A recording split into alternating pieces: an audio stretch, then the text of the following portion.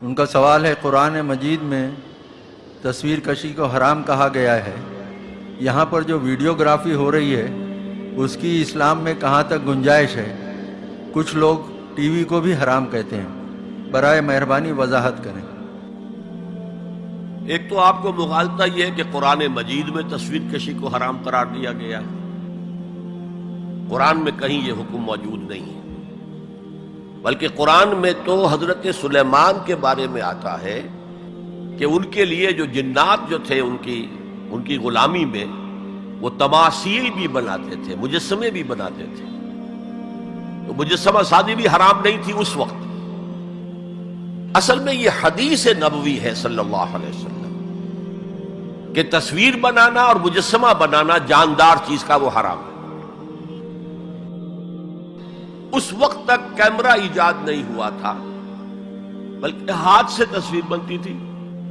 جاندار کی تصویر بن رہی ہے تو ہاتھ سے، مجسمہ بن رہا ہے تو ہاتھ سے، تو اس کے تو حرمت پر پوری امت متفق ہے۔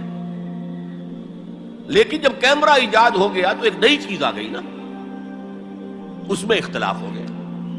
جیسے شاید آپ کے علم میں ہو، لاؤڈ سپیکر پر ہمارے بڑے بڑے علماء کا فتویٰ تھا اذان حرام ہے، خطبہ حرام ہے، اور فتویٰ کس کا؟ مولانا اشرف علی تھانوی رحمۃ اللہ علیہ کا۔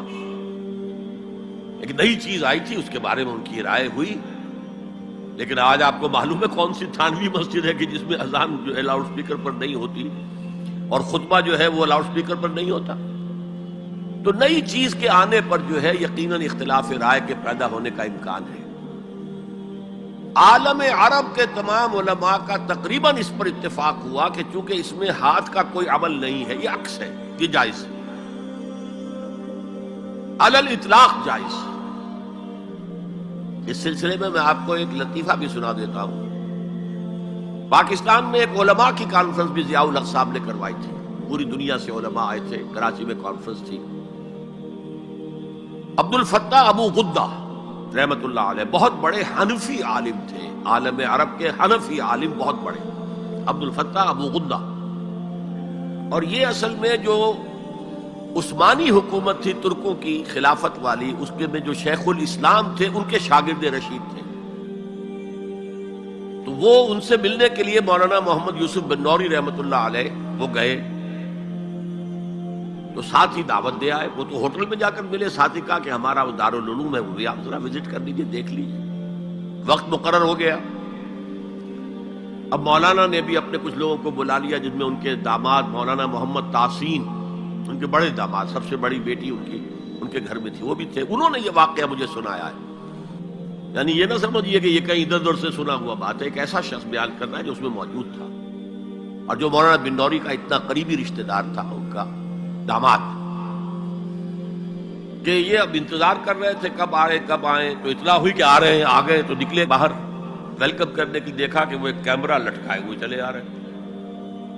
اب یہ انہوں نے محسوس کیا یہ اتنا بڑا عالم دین اور یہ کیمرہ، جیسے عام جو ہے لوگ لڑکے بالے لیے پھرتے ہیں کیمرہ، تو وہ اس طریقے سے وہ کیمرہ لیے پھرے۔ لیکن کیا کہیں، مہمان ہیں، کچھ کہہ نہیں سکتے۔ آ گئے، بیٹھ کر انہوں نے اپنا کیمرہ کھولا اور کہا ذرا ٹھیک ہو جائیے، سورہ اجتماعیہ، میں چاہتا ہوں ایک اجتماعی تصویر ہو جائے گروپ کی، سورہ اجتماعیہ۔ اس پر چیخ پڑے مولانا بن نوری، حرام حرام حرام، کام نہیں کریں۔ انہوں نے کیمرہ تو بند کیا، لائیے دلیل، حرام ہونے کی دلیل کیا ہے؟